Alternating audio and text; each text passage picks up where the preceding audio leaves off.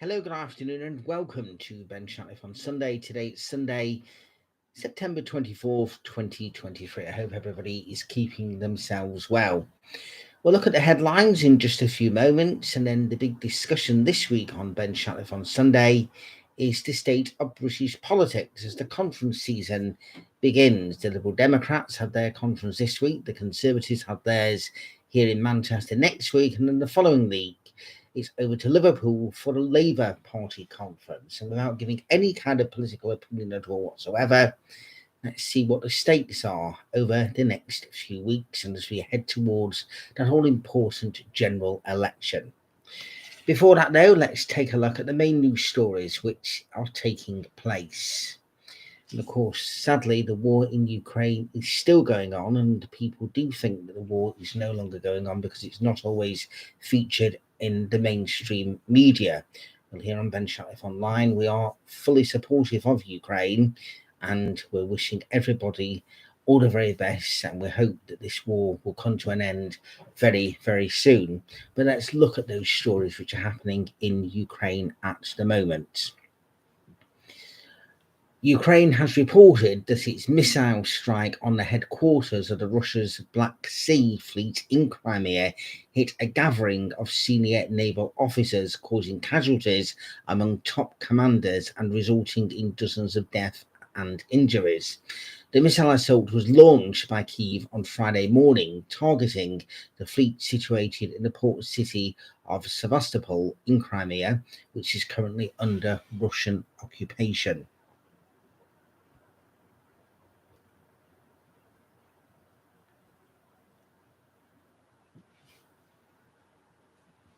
Russia's Foreign Minister Sergei Lavrov dismissed the West as an empire of liars and expressed skepticism regarding the latest United Nations proposals aimed at reviving the Black Sea Grain Initiative.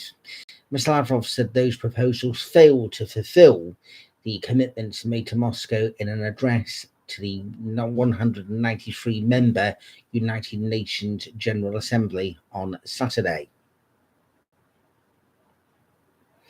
A Ukrainian diplomat has shed light on the potential impact of long-range ATACMS missiles from the US on Ukraine's ongoing conflict with Russia. Alexander Kara, who works with the Ukrainian think tank Center for Defense Strategies, said the deal with the US is great. He said, "We hope they will get them soon and they will play an immediate role and will get immediate results of these missiles." 3 people have been killed in the latest Russian airstrikes targeting the southern Ukrainian regions of Zaporizhzhia and Kherson overnight. Yuri Malasko, the head of the military administration in Zaporizhzhia, reported that a 53-year-old man was killed after an artillery strike in the area. Mr. Malasko also revealed that Russia unleashed attacks on 25 different locations within Zaporizhzhia, causing significant damage to residents and infrastructure.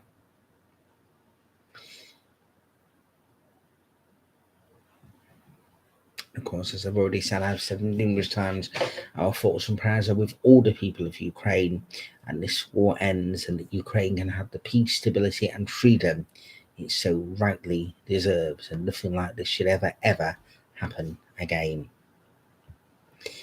News here in the United Kingdom, and Grant Shapps has hinted at a change to plans for HS2 at the northern section of the rail project as it looks set to be scrapped. Now, it's believed that the high-speed line planned between Birmingham and Manchester will be binned by the Prime Minister due to concerns over the cost of the much-delayed project, and it is still unclear if the final section between Old Oak Common in West London and the planned central destination in the capital at Euston will go ahead.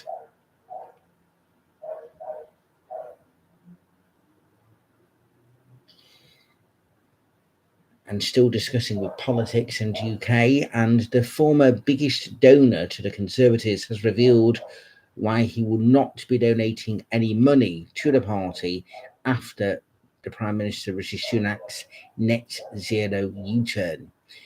John Caldwell, founder of Phones for You, donated £500,000 to the party before the 2019 election. He's now disillusioned, and the billionaire plans to withhold support and votes from the Conservatives, emphasising the climate issue's critical nature.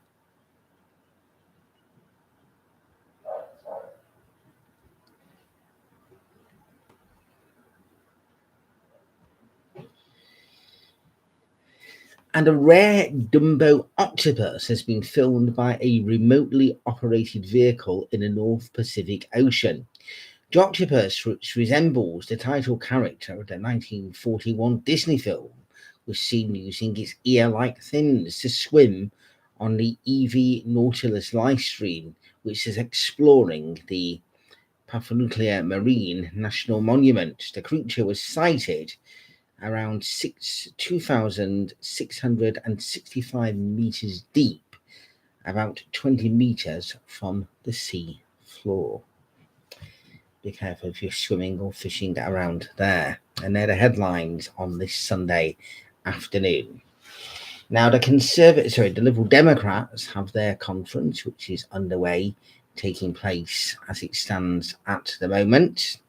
And next week, the Conservatives will be here in Manchester for their Conservative Party conference, and then the Labour Party will be in Liverpool for their conference in 2 weeks' time. So what does all of this mean for all of us, the ordinary people here in the United Kingdom? Does this mean we can get excited by conference seasons? What exactly will it actually mean as far as it stands for each and every one of us? Well, all these conferences take place every year. Of course, in 2020, they couldn't take place in the usual format due to the COVID restrictions. I myself used to attend the Labour Party conferences a good few years ago when I was involved in the world of politics. I'm not involved in the world of politics on a frontline level anymore, but I am in terms of letting everybody know what's going on through Ben Shatliff on Sunday, through Ben Shatliff online. So the big question, and the Liberal Democrat conference, by the way, is in Bournemouth, which I've just had a look there. So that's another location. I've been to a lot of these locations where most of these conferences take place, and when you're there, you kind of like feel a big buzz and everything else, and that'd be the same whichever political party you are. I've always found that what happens inside the bubble of conference isn't always reflected by the media outside. And sometimes everyone can be saying, oh yes, everything's going really, really well, but then to the outside, it's not always reported like that. But are you under a sense of disillusionment because you're with people where the majority of people will be thinking exactly the same kind of mindset as you are? You're excited, you're with people you know, good friends, people that maybe you've not seen for 6 months or 12 months, or people that you only see at these conferences. You're in that bubble, everybody's enjoying themselves, everyone's listening to all the new policies, what's being said just before a general election, or if a general election's 2 or 3 years away. So are you really actually experiencing the reality?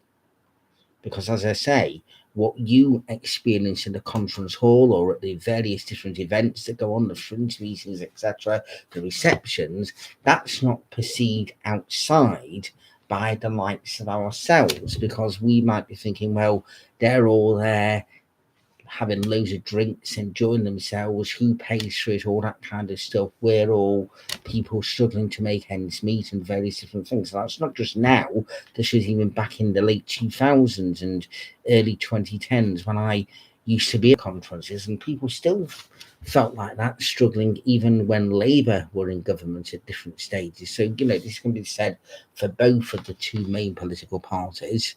And then, of course, as I said, the Liberal Democrats are having their conference in Bournemouth. So what is it all actually going to mean for each and every one of us? What policies are going to be said?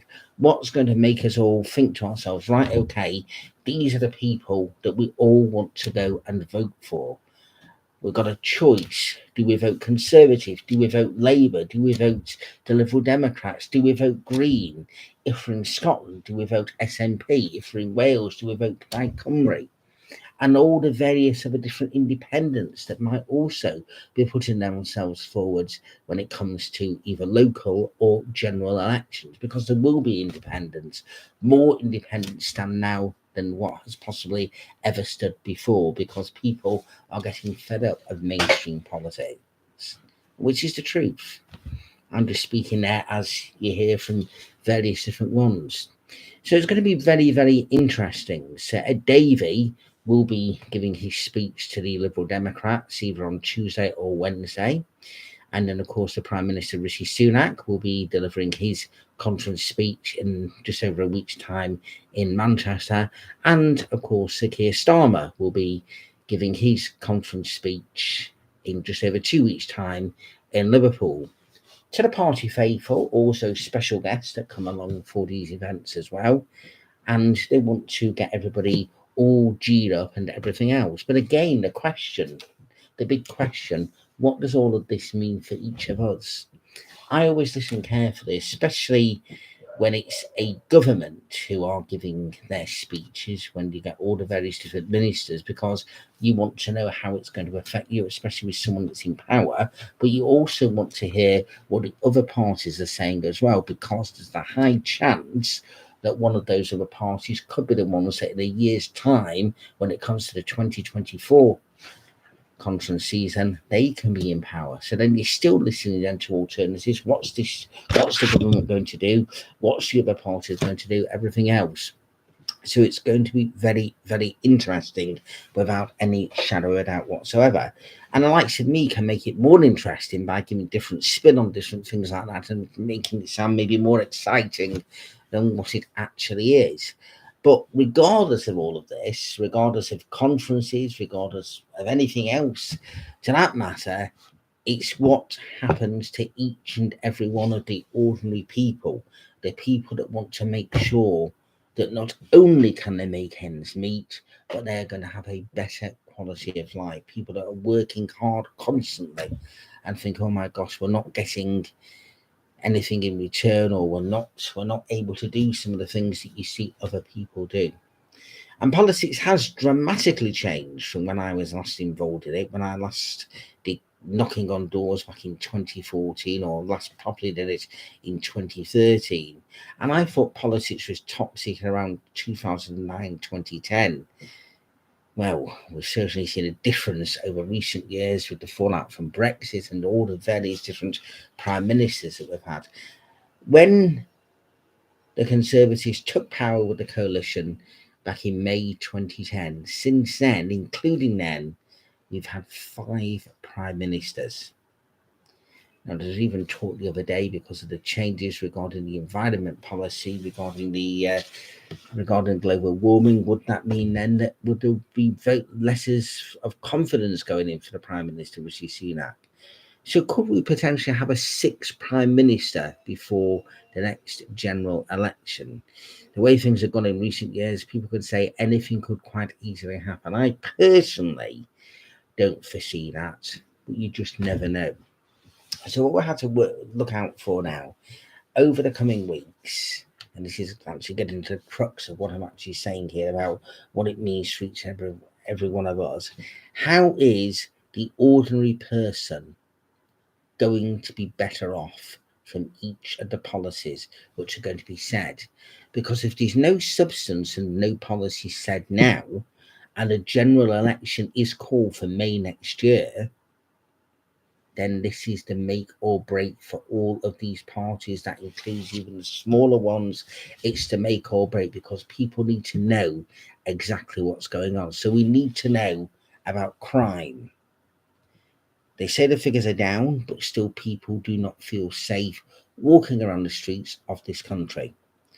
We know that there have been issues in regards to immigration, and various different parties give their own different opinions. So we need to know exactly what each of the parties' stance are in relation to that. We need to know what's going to happen regarding the economy. Does somebody want to go down the routes of the former Prime Minister Liz Truss, when she, as she said, about making an egg and doing everything all in one go? Some might think that what this Truss was actually going to do was a very, very good idea, but it all happened too much too once, and it caused major economic crisis, and a lot of people have suffered and are still suffering and will still suffer for quite some time to come. We know that the Prime Minister has various different pledges, but are each of these pledges being taken notice of? Are each of these pledges actually going to work? We know that inflation has gone down. Will it get to that 5% by the end of the year? Possibly, but we are in September as it stands at the moment. We're close. Next week it will be October the 1st. So really there's like 2 months before the final month of the year, then December. So there's a whole variety of various different things which do need to be thought of. And, I've already just mentioned it. Education. We've got schools which are falling down, or the prospect of falling down. People want to know if the education system is going to be fit for purpose, not just for the 21st century, but for going forward. Plus, of course, is also the National Health Service. And on a personal level, I have some really good support from the NHS over recent months due to my own health issues, and my mum, who thankfully now is out of hospital. She had absolutely wonderful care, but it isn't always like that. And that's not necessarily the fault of any specific nurses or doctors or anything else, because everybody works very, very hard, but it's how these managers distribute the money and make sure that things are there. So is that really actually the fault of the actual government, or is it the fault of certain ones who might be in charge, making things a lot difficult for the people that actually want to be able to help and care for all those people? We know the care homes needs a lot of work and hard working money put into them, so that people can be able to then deliver that care again when those people are working very, very hard to help people. So there's loads and loads of various different things. Now, just, a small, very few things. Transport. Now, here in Greater Manchester, the Mayor Andy Burnham has launched a B network, which is taking part in certain parts. But is public transport affordable for everybody? And is the public transport in a situation which is fit, not just for now, but definitely for the future? And in some cases, are people thinking they were better off getting a horse and cart 100 years ago, because at least that way it could go fast and you knew you were going to get from A to B? Or in my situation, think, right, okay, I'll walk most of the way, get more steps in, and actually be able to be fitter, but at least get there. Again, these are just different thoughts for people to be thinking about. So we are now officially in autumn. The autumn is my favourite time of the year, although today the weather isn't completely 100% the very best, but you do get these nice autumn beautiful colours. So these are things for people to think about over the coming weeks, and certainly over the coming months. Are we going to be clearer over the next couple of weeks who we think we do want to vote for when the next general election happens, either May or October of next year, or wherever it is? Due to the way it works out, we could even have a January 2025 general election. But is that then seen as desperation for the current government? Or does Rishi think, right, okay, we may have a conference bounce or something like that, we'll go sooner and see what happens from there? Everything can still be to play for. Sometimes parties can be well ahead, but then it narrows and various different things. And then sometimes, then of course, it can be complete wipeout. So it's certainly going to be very, very interesting what happens in the world of politics. It's interesting, but as I've said stressed numerous times, it's the people that are going to be doing the voting. They're the most important people, not the ones who are actually voted in and actually doing or supposed to be doing the job, because it's the people of the country, the people of the world, that need to know that they are in a situation where whoever they're voting for is actually going to be doing the actual job. Now, please, anybody from any political party is welcome to come on to Ben Shatliff on Sunday. I've said that numerous times, and there's certain ones that for some reason don't always want to come on to Ben Shatliff on Sunday. I can take the laptop to you. There is no issue at all, as long as you've got a good, strong Wi-Fi connection. That way we can go live. And also, I welcome the interactions from people who very kindly make comments when we're going live as well. I don't want Ben Shatliff on Sunday just to be me all the time. It was wonderful a few weeks ago when Josh and Zach, my two nephews, joined me on Ben Shatliff on Sunday. We've had other people who joined us, so please come along and join in with Ben Shatliff on Sunday. The more people that like and subscribe, I said that last week and the numbers seem to start going down, but please, the more people that like and subscribe, the more we can do, the more we can get more technology, and the more I would be able to do, because I'll be able to donate much more time to doing this and trying to get some other people on there as well. So that is it for this week on Ben Shatliff on Sunday. Some might say, is it Ben Shatliff rambling? Well, I certainly do the rambling in terms of walking, but anyway, that's it. We'll leave you with Holy Is Your Name, which has kind of like become an unofficial anthem for the end of the programme. I think it is an absolutely beautiful hymn. And until next Sunday, for now, take care, God bless, and thank you for watching. Goodbye.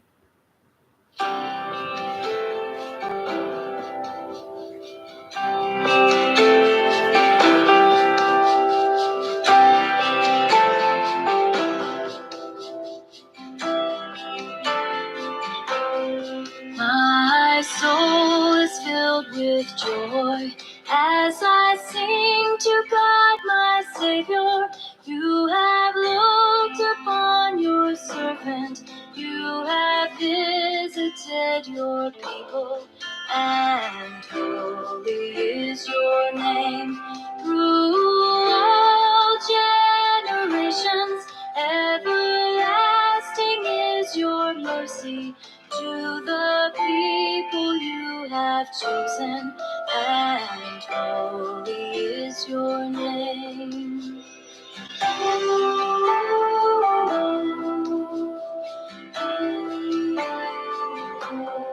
I am lowly as a child, but I know from this day forward that my name will be remembered. For all will call me blessed, and holy is your name. Through all generations, everlasting is your mercy to the people you have chosen, and holy is your name.